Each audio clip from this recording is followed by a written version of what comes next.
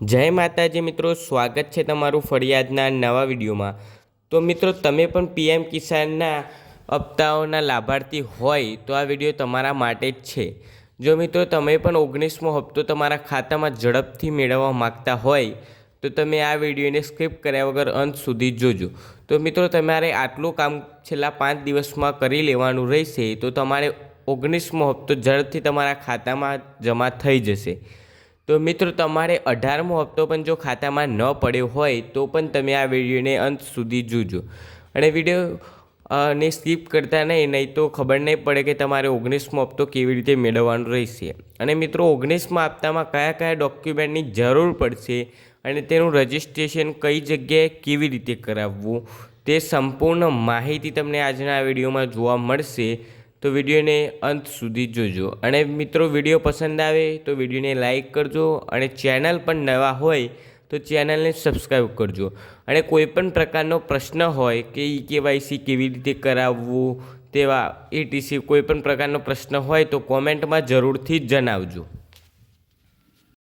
તો મિત્રો, ભારત સરકાર દ્વારા પીએમ કિસાન યોજના હેઠળ પાત્રતા ધરાવતા ખેડૂતોની પોર્ટલ ઉપર નોંધણી સેલ્ફ રજિસ્ટર દ્વારા કરવામાં આવે છે।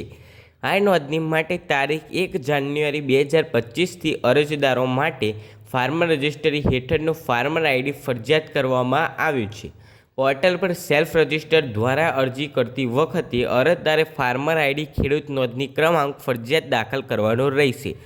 જો મિત્રો તમે પણ ફાર્મર આઈડી કાર્ડ ન કઢાવ્યું હોય તો તમને 19મો હપ્તાનો લાભ મળશે નહીં।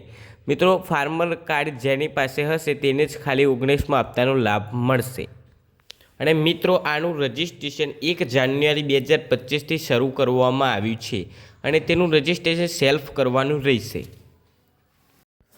અને મિત્રો, પીએમ કિસાન યોજના માટે પાત્રતા ધરાવતા ખેડૂતો વેબ પોર્ટલ અથવા મોબાઈલ એપ્લિકેશનથી જાતે અથવા ગ્રામ્ય કક્ષાએ કોમ્પ્યુટર ઓપરેટર મારફતે અરજી કરી શકે છે। જો મિત્રો તમને પણ તમારા પોતાના મોબાઈલથી એપ્લિકેશનથી આ રજિસ્ટ્રેશન કરતા ન આવડતું હોય તો તમે ગામમાં જઈને તમારા કોમ્પ્યુટર ઓપરેટર મારફતે આ કરાવી શકો છો। અને મિત્રો, તમે પણ તે માટે ફાર્મર આઈડીની જરૂર પડશે। અને મિત્રો, તેનું રજિસ્ટ્રેશન https://gjfr.agristek.government.in પોર્ટલ પર તે અથવા ગામમાં કોમ્પ્યુટર ઓપરેટર મારફતે અરજી કરવાની રહેશે। વધુ માહિતી માટે ગામના ગ્રામસેવક અથવા તલાટીક્રમ મંત્રીની પણ મદદ લઈ શકાય છે।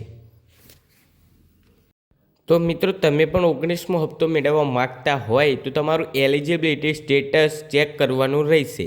જેમાં મિત્રો, તમારે લેન્ડ સીડિંગ યસ હોવું જોઈએ, આધાર બેંક અકાઉન્ટ સીડિંગ પણ સ્ટેટસ યસ હોવું જોઈએ।